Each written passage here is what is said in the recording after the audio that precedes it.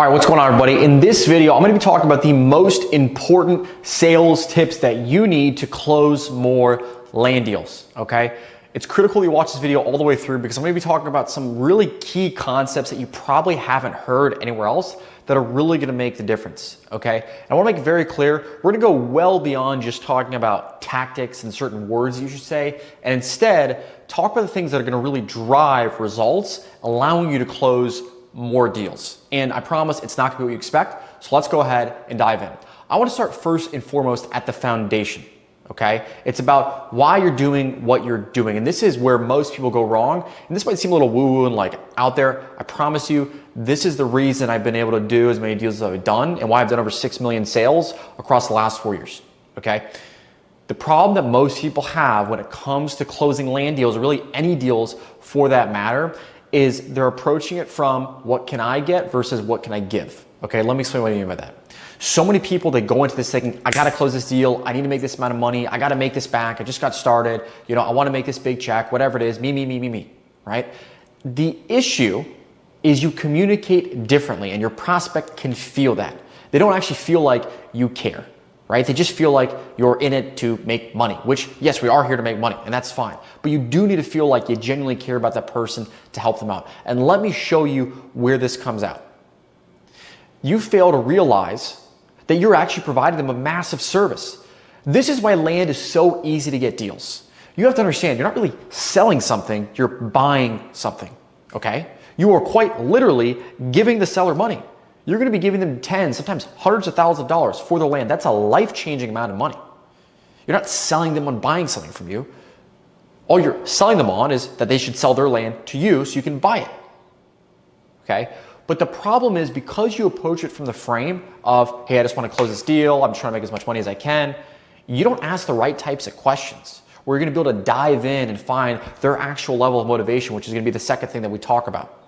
Okay? Instead, you're very surface level, you don't get deep enough, you don't really connect with the person. And then at the end, you have this crazy hard negotiation where you have zero leverage because you don't even know why they want to sell. So let me tell you how to flip the script. Number one, you need to flip what you're thinking, okay? You're providing a service to these people, and here's what you have to understand. You just gotta be totally honest. You're not buying their land for top dollar. And if they expect that, you tell them to go get a realtor, because that's not what you do.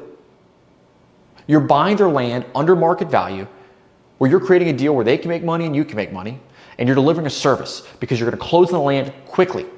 If they want top dollar, they can go with a realtor. That'll take 6 to 12 months. And if they want to wait that long, then you should tell them to do that. It's not your job to convince them. It's your job to explain what you do and how you can benefit them. Okay? This is what's so important. So many people, they get into this, right? Or just flipping and those types of things in general. They think, well, like, oh man, is this like, like what am I really doing? I'm just buying something under market value and then flipping it. No, you're providing a service. And think about it.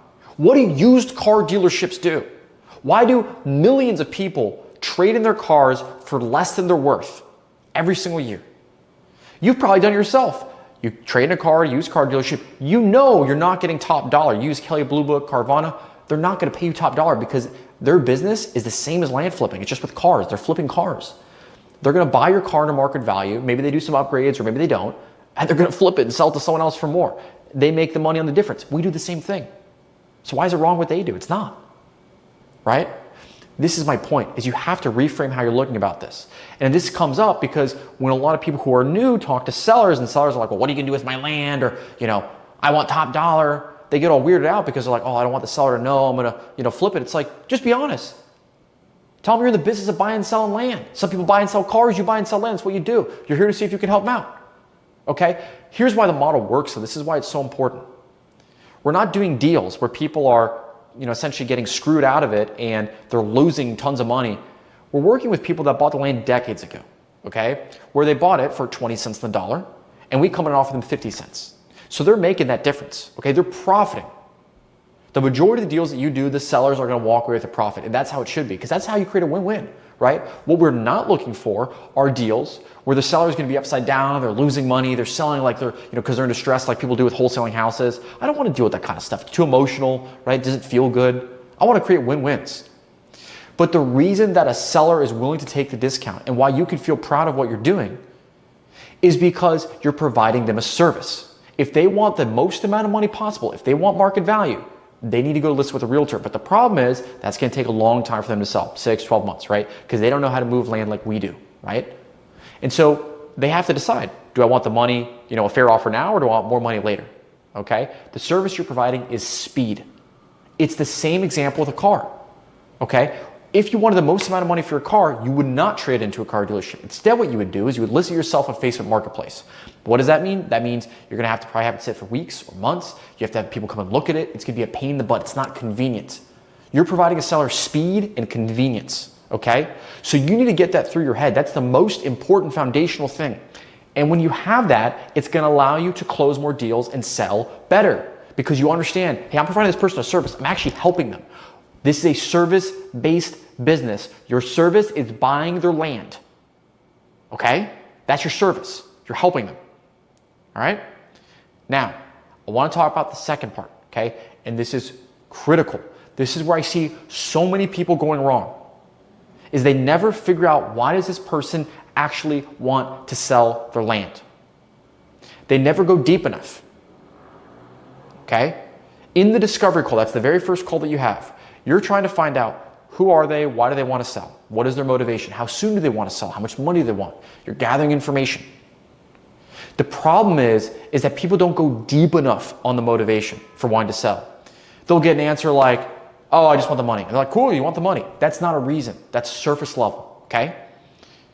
In sales, people make decisions based on emotion that they then justify with logic. So a seller makes an emotional decision to sell the land that they then justify with logic. There's some deeper emotional reason why they want the money. The logical reason is they just want the money. It is your job to find the emotional reason because the emotional reason is what's really driving them. So let me give you an analogy that's going to help you out. Think of yourself as a gold miner, okay? And you are going down a shaft, a mine shaft, okay? Now, at the bottom of the mine shaft, you're going to find the gold vein. That gold vein is going to be your ticket to closing the deal. All right? Now, how do you get from the top where you're at the surface level down to the bottom? You do it by asking probing questions. Those are questions where you can go deeper. Things like, what do you mean by that? In what way though? Or can you explain that a bit more? Right? Those are some general questions. Obviously, there's other questions that are going to be contextual, but it's about having a deeper understanding of someone's situation.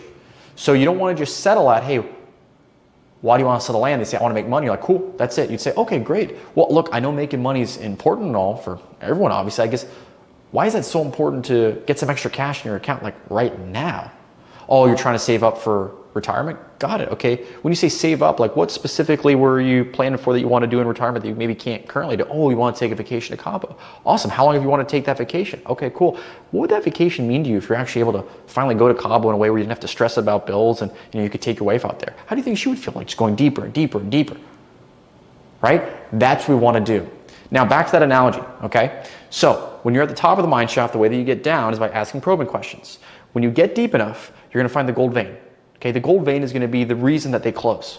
Okay? One big caveat I need to share that a lot of people get confused is they don't know, how do I know if I went deep enough? They're like, I can't tell if it's deep enough. Okay? Let me explain.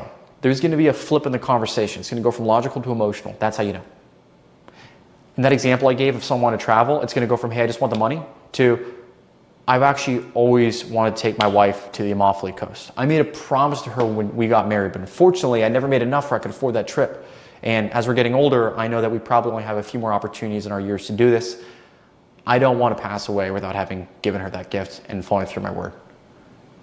Tone changes. That's the reason. That's why this person wants to sell their land. Now, I know it sounds crazy. How do we get from them saying they want money to basically them fulfilling a dying wish? But that's what it is. And listen, I'll be frank with you. You don't need to be this good to close land deals. They're easy, okay? But if you want to close a ton of deals and make a tremendous amount of money, you do need to be this good. So pay attention.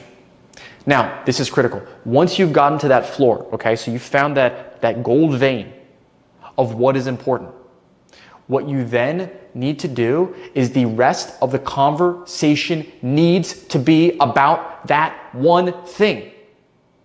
That's so important. So when I'm having the rest of the conversation with that man and he's telling me about how he wants to take his wife to the Amalfi Coast, I want to be asking questions like, how long have you wanted to do that? Years? I mean, can I ask? Like, how much longer do you want to wait? If we could get this land sold for you in the next 30 days, you could book your tickets, be on a jet, sitting by the beach, sipping a limoncello drink 35 days from now. Would that be worth it to you? Right? Everything in the rest of that conversation is geared toward how can I help them get to that goal? Okay? Everything is gonna be about that. All right? That is where most people mess up, is they stop talking about that thing. Once you find the vein, you just follow the vein. It's very easy. Everything's about getting to that goal. You just follow the vein. That's it. Okay? The reason this is so important is because not just in the discovery, but it's in the negotiations. So let me give you an example. Let's say that trip is going to cost them $20,000, but you sent them an offer at $40,000. Okay? And you want to negotiate the deal down further. If you don't get that level of information, this is what happens to so many people. Okay? Is they get on the call to make an offer on the second call, which is what I recommend, 2-call close. Okay? They get on that second call to make an offer. All right?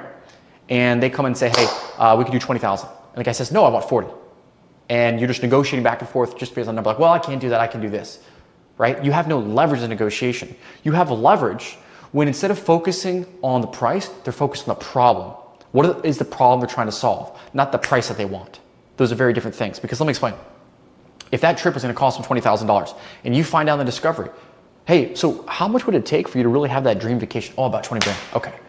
Do you think he would turn down $20,000? No, because it's about the trip. And because I asked those questions, he's now thinking not about the money, oh, I want 40,000. He's thinking about, man, I want to take that trip. Oh, it only cost me 20,000. So when I go to make that offer and I come in lower, he is much more likely to accept it. Okay. Now, let's say for some reason he doesn't. Let's say he's like, well, you know, that sounds good and all, but I'd still like a bit more, right? I would love if I could get 40. Well, now I have leverage. Like, hey, well, I totally understand that, but unfortunately, because of, you know, X, Y, and Z factor, right?